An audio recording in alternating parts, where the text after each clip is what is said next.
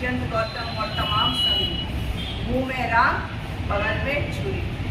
आपने देखा ही है कि इनकी अभद्रता कहाँ तक पहुँच गई है। तो इनकी ये मानसिकता संकीर्ण संकुचित ही नहीं, ये घृणित मानसिकता है। जो बात दुष्यंत गौतम ने कही ये बताता है कि उनकी सोच क्या है। वो यहाँ के प्रभारी बनाए गए हैं और तत्काल प्रभाव से उन्हें हटाया जाना चाहिए। जेपी नड्डा जी से सबसे पहले मेरी ये मांग है। अब देखिए, वो तो एक रिपीट ऑफेंडर और हैबिचुअल ऑफेंडर है, लेकिन आपको अगर मैं इनको दिखाऊं कि किस तरह से इनके नेताओं ने आज तक महिलाओं के ऊपर अभद्र टिप्पणियां करी है, और दुष्यंत गौतम जी का ये कहना कि कांग्रेसी मंदिर में जाते हैं लड़कियां छेड़ने, ये बताता है कि वो जरूर चाहते होंगे मंदिरों में लड़कियों को छेड़ने, क्योंकि आप वही कहते हैं जो आपके दिमाग में चल रहा होता है। क्या कभी कोई आरोप ऐसा लगा किसी कांग्रेसी नेता पर? मगर अगर भाजपा का नेता कहता है तो इसका मतलब है कि उन्होंने ये किया। और मैं अगर आपको ये कहूँ कि भैया आप पब्लिक लाइफ में हैं, आप अपने शब्दों की मर्यादा रखें, क्योंकि हम आज भी अपने शब्दों की मर्यादा रखेंगे। जबकि हम महिलाएं हैं, हम आहत हैं, हमारे घावों पर ये नमक नहीं छिड़का गया, ये मिर्च छिड़की गई।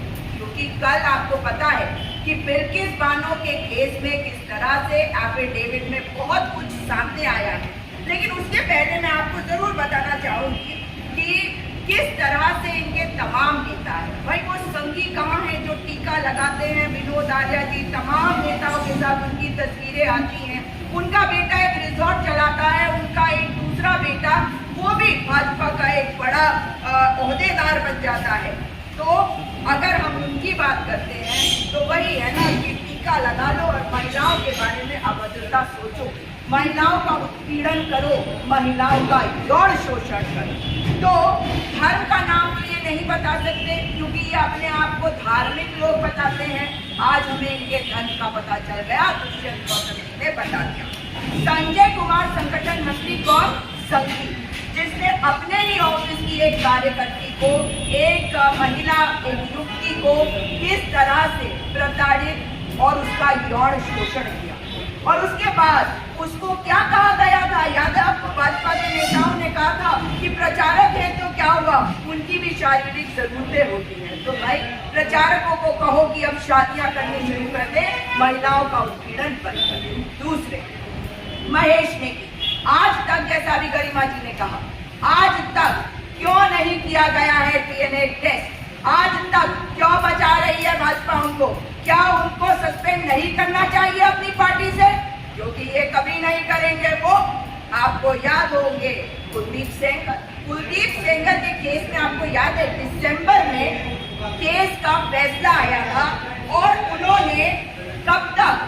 अगस्त 2019 तक उन्हें अपनी पार्टी में बना कर रखा था। जब कन्विक्ट होने का समय आ गया तब उन्हें पार्टी से निकाला गया। एक ऐसे व्यक्ति को जिसके ऊपर न केवल सेक्सुअल एक्सप्लॉयटेशन, रेप का मैटर था, बल्कि पॉक्सो, आप समझ रहे हैं, ये पीडोफाइल्स है। पीडोफाइल्स अंग्रेजी का शब्द है जो नाबालिग बच्चियों के साथ यौन करता है, यौन शोषण करता है उनका। तो आपको ये समझ लेना होगा कि भाजपा और संघी किस तरह से ऐसे लोगों का संरक्षण करते हैं। एक पूरी लिस्ट और मैं जरूर सुनाना चाहूंगी आपको। आपको याद है अपने ही पूर्व मुख्यमंत्री जी तीरथ सिंह रावत जी लड़कियों को कैसे देखते हैं? नीचे से ऊपर देखा मैंने। मतलब एक आप में से जो महिलाएं बैठी है वो इस बात को समझ सकती है कि नीचे से ऊपर जो आदमी देखता है, हम उसके बारे में क्या सोचते हैं। फटी जीन्स देख रहे हैं मगर घुटनों से ऊपर तक देख रहे हैं। ये क्या बताता है उनकी मानसिकता के बारे में? ठीक वही कि मंदिर में जाकर ऐसे लोग जो है वो महिलाओं को छेड़ते हैं, लड़कियों को छेड़ते हैं। बंसीधर भगत का बयान भूल गए? नहीं भूला ना कोई, उत्तराखंड तो नहीं भूलेगा, क्योंकि हमारी नेत्री जरूर थी इंदिरा हृदय जी, मगर वो इस राज्य की नेत्री थी, एक बुजुर्ग नेत्री थी। और इनके बुजुर्ग कैसे होते हैं? वही मंदिरों में जाके महिलाओं को छेड़ने वाली मानसिकता वाले। उन्होंने क्या कहा था? गुड़िया तेरे संपर्क में कौन होगा? मतलब जवान होंगे तो आपके संपर्क में होंगे, यही तो तात्पर्य था। मगर उसके बाद आ जाते हैं यहाँ से बाहर। भारतीय जनता पार्टी के उत्तर प्रदेश के प्रदेश अध्यक्ष दया शंकर सिंह ने सुप्रीमो मायावती जी को क्या कहा था, वेश्या बुलाया था। मुझे शर्म नहीं आती बोलने के लिए, क्योंकि हम विक्टिम्स नहीं है, हम सर्वाइवर्स होते हैं और हम सर्वाइवर्स के साथ खड़े होने वाले होते हैं। और इन पुरुषों को बताना चाहते हैं, वाजपेयी संघियों को, कि तुम्हारी हर बात का जवाब भी देंगे। जो शब्दों का इस्तेमाल करोगे उन शब्दों को तुम्हारे ऊपर फेंकने का हमारे पास ताकत है। आ जाते हैं दूसरे के ऊपर। भारतीय जनता पार्टी के छत्तीसगढ़ के एक सांसद बंसीलाल महतो ने 2017 में कहा था कि राज्य की लड़कियां टनाटन बन रही है। वही मानसिकता कि मंदिर में जाके लड़कियां कैसे छेड़ी जाती है। मनोहर लाल खट्टर, आपको याद होगा, उन्होंने कहा था कि बढ़ते रेप के कारण है कि लड़कियां जो है वो ठीक से तैयार नहीं होती। अगर ठीक से तैयार हो तो लड़के गलत तरीके से नहीं देखेंगे। अपनी नजर क्यों नहीं बदल लेते भाई?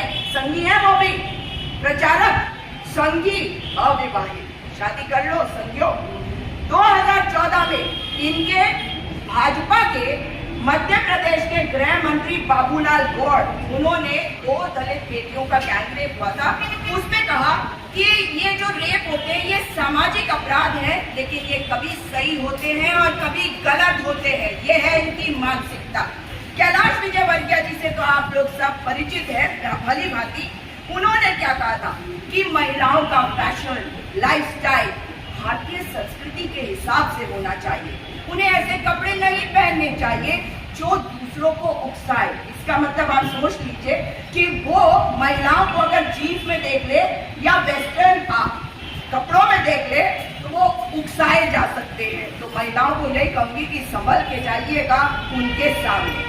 भारतीय जनता पार्टी के एक रिसेंट वाला केस बता देती हूँ। प्रदेश अध्यक्ष महाराष्ट्र के चंद्रकांत पाटिल क्या कहते हैं, जब सुप्रिया सुले जी, और ये हमारी पार्टी की महिलाएं तो नहीं है ना जिनकी बातें मैं सबकी बता रही हूँ आपको, यहाँ महिलाएं और दूसरी पार्टी की नेत्रियां, हमारे विरोधी दलों की नेत्रियां, लेकिन महिला होने के नाते हम सब एक होते हैं। भाजपा की महिलाएं नहीं खड़ी होती पार्टी में। तो भाजपा के महाराष्ट्र के प्रदेश अध्यक्ष चंद्रकांत पाटिल कहते हैं कि घर जाकर खाना बनाओ, ये मत बोलो कि ओबीसी को नगर निकाय चुनावों में रिजर्वेशन मिलना चाहिए। कुलदीप सेंगर के बारे में आपको बता चुकी हूँ, मगर एक बड़ा महत्वपूर्ण व्यक्ति है, याद है आपको कौन सा? मालिश टेप वाला चिन्मया नंद, जिनके खिलाफ एक लड़की ने केस दायर किया, मगर कितना दबाव पड़ा, वो भागती फिरी एक जगह से दूसरी जगह तक और आखिर में उसे केस वापस लेना पड़ा क्योंकि संरक्षण कर रही है भाजपा चिन्मया नंद का। कठुआ रेप केस में आपको याद है उस रैली के बारे में, और नाम बताना चाहूंगी कौन कौन थे उस रैली में। इनके मंत्री चौधरी लाल सिंह, चंदर प्रकाश गंगा और बाद में मंत्री बने राजीव जसरोटिया। लेकिन अब आ जाते हैं उस केस के बारे में भी, और जो बताता है कि भाजपा की ये मंदिर में लड़कियों को छेड़ने वाली मानसिकता आती कहां से, क्योंकि इसमें दोषी कौन है? इसमें दोषी देश के प्रधानमंत्री भी है, इसमें देश के गृह मंत्री भी है, जिन्हें देश से आकर माफी मांगनी होगी। आपको पता है ना कि कल एक शपथ पत्र दाखिल किया गया था बिल्किस बानो के जो गैंग रेपिस्ट है उनकी रिहाई वाले मामले में, और गुजरात की सरकार ने अपने आप को बचाने की कोशिश करी, मगर ये बात बिल्कुल साफ थी कि ये उन्होंने नहीं किया। ये 11 रेपिस्ट को छोड़ने का काम केवल उन्होंने नहीं किया, ये पूरी स्ट्रैटेजी है भारतीय जनता पार्टी की। महिलाओं को क्या इलेक्शन में इस्तेमाल करना चाहिए, वो भी रेप का इस्तेमाल इन्होंने हमेशा किया है। रेप के लिए इन्होंने हमेशा कहा है, रेप का डर इन्होंने हमेशा लोगों को डराया है, लोगों को धर्म के नाम पर विभाजित करने के लिए। किया या नहीं ये आप सबके सामने। अब बिल्किस बानो के केस में देखिए कितना मजेदार ये किस्सा है कि मार्च 11, 2021 क्या होता है कि सीबीआई एसपी जो क्राइम ब्यूरो है मुंबई का, वो कहते हैं इनको नहीं छोड़ा जाना चाहिए। उसके बाद 22 मार्च 2021 को जो स्पेशल जज होते हैं सीबीआई के, वो भी कहते हैं इनको बिल्कुल नहीं छोड़ा जाना चाहिए, वो अपोज करते हैं इस मूव का। मगर ऐसा क्या होता है जो एक साल में बदल जाता है? 7 मार्च 2022, 11 मार्च से तो 7 मार्च 2022 तक क्या बदलता है?